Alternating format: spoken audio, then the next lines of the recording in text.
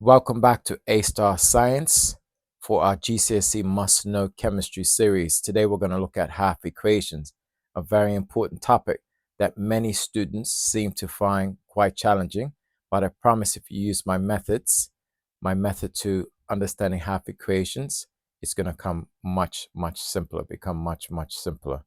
The first thing we need to understand is the difference between an atom and an ion. Okay, an atom is neutral charge. So for example, if we take hydrogen from the periodic table, here's hydrogen. It has one proton, one electron, one neutron. How do I know this? Because this number is the atomic mass.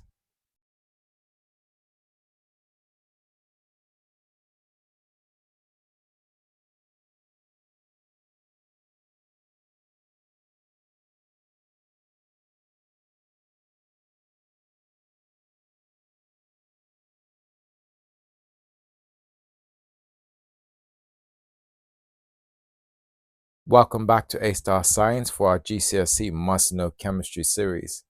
Today we're going to be looking at half equations, a topic that many students seem to find quite difficult. But I promise if you learn my method to solving half equations, it's going to become much easier for you. The first thing we need to do is look at the difference between an atom versus an ion. Atoms are neutral when you take them from the information from the periodic table. So for example, if we look at a hydrogen atom, on the periodic table it has 1 and 1. That means it has one proton, that's the proton number here, one electron, and that means it will have no neutrons. Okay, because to find the number of neutrons, you take the atomic mass minus the protons number. 1 minus 1 is 0. Okay, so it has one proton. Protons are equal to electrons in atoms. So protons are positive and electrons are negative. That's why it's a neutral atom. That's why the atom is neutral. And the neutron, as we know, there's no neutrons in here, but even if it's neutral anyway. Whereas ions are charged particles. They have a positive or minus charge. So for example, if we look at hydrogen, if we drew a hydrogen, it's going to have a positive proton in the nucleus, and then it's going to have an electron in a shell around the nucleus. If this electron was removed for any reason and knocked off, that means it would have one less negative charge. We call that now becoming H plus. It's become positively charged. This atom has become positively charged. The atom of hydrogen is now positively charged. Why? Because it's lost an electron. Let's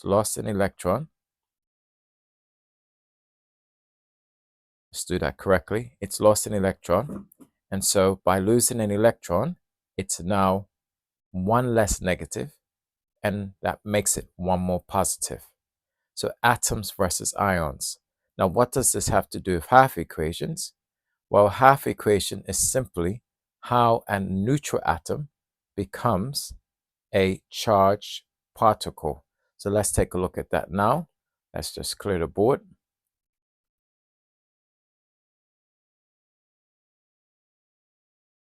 So if we continue to use our hydrogen example, if we look at hydrogen as an atom, hydrogen we know can form, as we just said, an H plus ion. So my method is you write what the atom is when it's neutral, and then what it becomes. So how will a hydrogen become an H plus ion? Well, it has to lose an electron.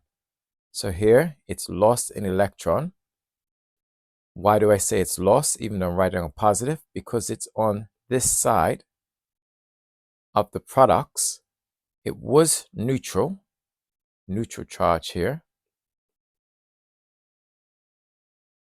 And now on the right hand side, it's become positively charged, as we can see. That means it must have lost, or in other words, given off an electron. Now, this isn't exactly accurate because hydrogen, as we know, is a gas, a diatomic gas. And just like with any other chemical equation, they have to be balanced. So if I have two hydrogens and it becomes ionized, I put what I have first and then what it becomes. That means I need two of these. That means it's going to lose two electrons. And that's how you do half equations. Now, ions come from ionic bonding. You can also get ions from ionizing radiation, and we talk about that in physics. But for now, we're talking about the chemical aspect of ionic bonding. So for example, if I take an atom like sodium and I bond it with chlorine, it's going to form sodium chloride, which is an ionic bond, a metal and non-metal bonded together, in which electrons are lost or gained. I need to balance it. There's two chlorines here, so I need to put a 2 over here. Let's fix that 2. Need to put a 2 here. So now I have 2 chlorines, but I also have 2 sodiums. So I'm going to put a 2 there.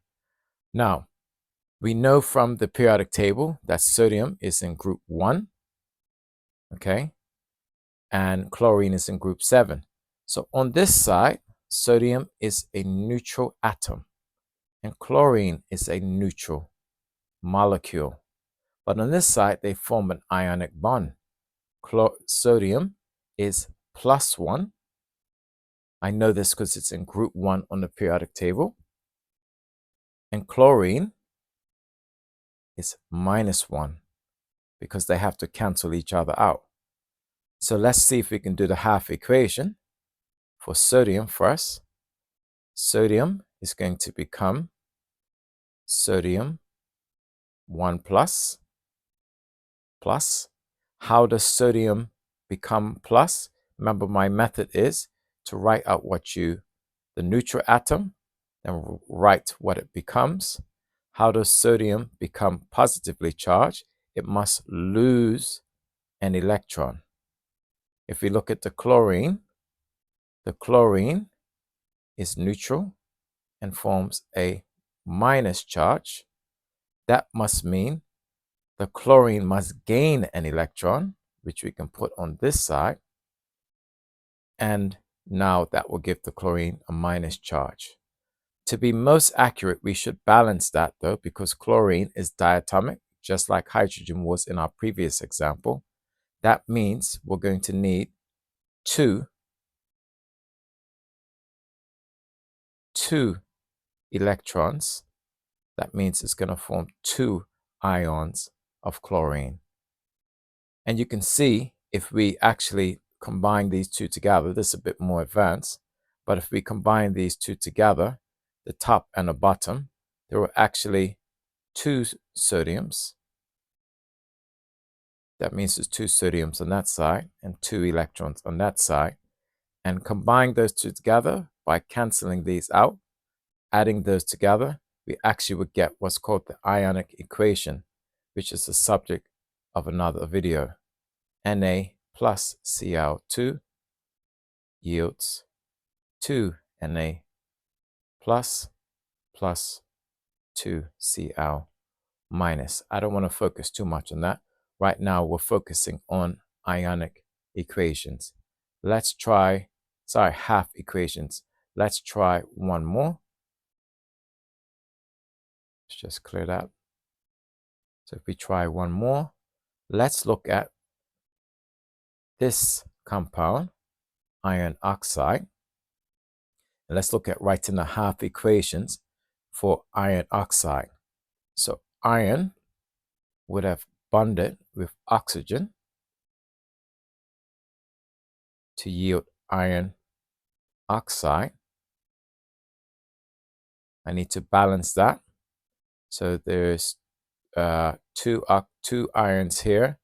So I can put 2 there, but there's 3 oxygens. So why don't I put a 3 here? And then I'm going to put a 2 there to make the 6. And I'm going to put a 4 here. So here in the first part, the iron, as we said, straight off the periodic table, is neutral. It has a 0 charge. But here, iron has a +3 charge. I know this because it takes 3 oxygens, which is -2, to balance the 2 irons. This has a +3 charge. So we need to write a half equation. How does iron go to iron +3? Well, it must lose 3 electrons. The iron must lose 3 electrons. The oxygen, which is O2, is going to form O2 minus. How is it going to form 2 minus? It must gain electrons. But as we can see, there are 2 of them, so it must gain 4 electrons. 4 electrons in order for it to become O2 minus. We need to balance it. There are 2 oxygens, so that means I need to put a 2 here.